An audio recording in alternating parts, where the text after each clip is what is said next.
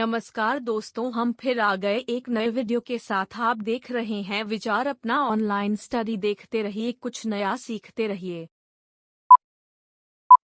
भारत में वित्त वर्ष 2019-20 के नवंबर माह तक 2100 करोड़ से अधिक डिजिटल लेन देन किए गए, जबकि वित्त वर्ष 2018-19 में केवल 3134 करोड़ लेन देन हुए थे।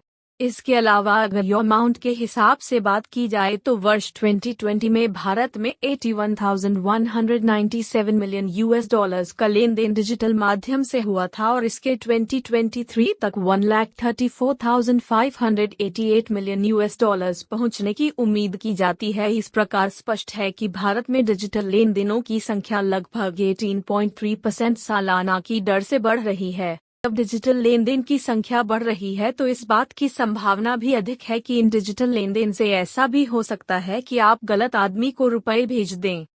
इस लेख में हम ऐसी ही एक समस्या के समाधान की चर्चा कर रहे हैं, जिसमें यह बताया गया है कि यदि आप किसी गलत अकाउंट में रुपए भेज देते हैं तो फिर उनको वापस कैसे पाएं। आज के समय में हम digital wallet, Bhim app, UPI, Google पे और अन्य सेवाओं के माध्यम से आसानी से रुपयों का लेन देन कर रहे हैं, लेकिन गलत अकाउंट में रुपए जाने का मामला एनईएफटी आरटीजीएस के केस में नहीं आता है, क्योंकि इन दोनों माध्यमों से पैसा भेजने के लिए पहले उस व्यक्ति का अकाउंट अपने इंटरनेट बैंकिंग के अकाउंट में जोड़ना पड़ता है।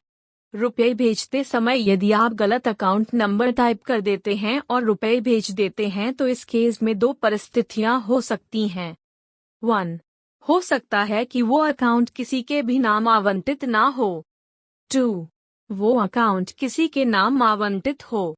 यदि अकाउंट किसी के भी नाम आवंटित नहीं है तो आपको परेशान होने की जरूरत नहीं है, क्योंकि आपका रुपए तुरंत कट तो जाएगा। लेकिन जब कोई अकाउंट मौजूद ही नहीं है तो वो रुपए कुछ घंटों बाद अपने अकाउंट में वापस आ जाएंगे। अब बात करते हैं दूसरी दशा की। मान लो आपने जिस अकाउंट में गलती से रुपया भेज दिया है और वो उस बैंक में मौजूद है, तो आपके लिए समस्या हो जाएगी, क्योंकि वो भेजा गया रुपया गलत अकाउंट में क्रेडिट हो जाएगा।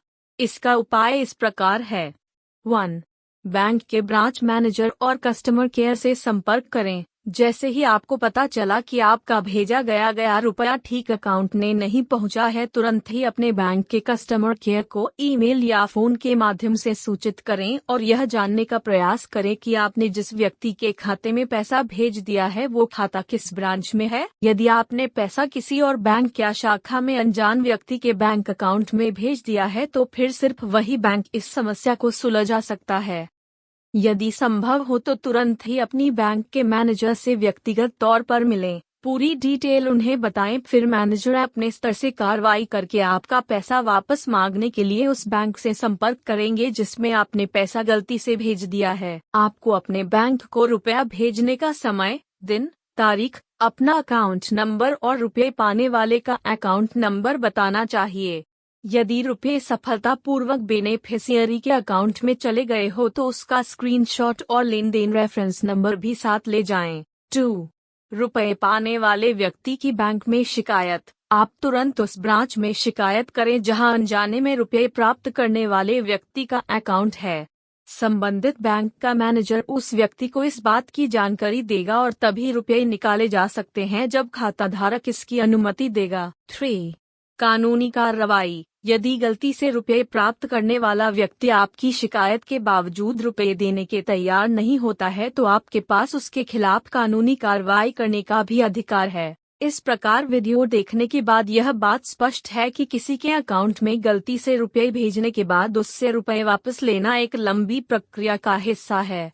इसलिए डिजिटल लेन देन करते समय बहुत सावधानी बरतने की जरूरत है। अगर हमारा वीडियो आपको अच्छा लगा हो तो इसे लाइक करें, शेयर करें। अगर आप हमारे चैनल पर नए हैं तो हमारे चैनल को सब्सक्राइब करना ना भूलें। मिलते हैं नेक्स्ट वीडियो में, तब तक के लिए धन्यवाद।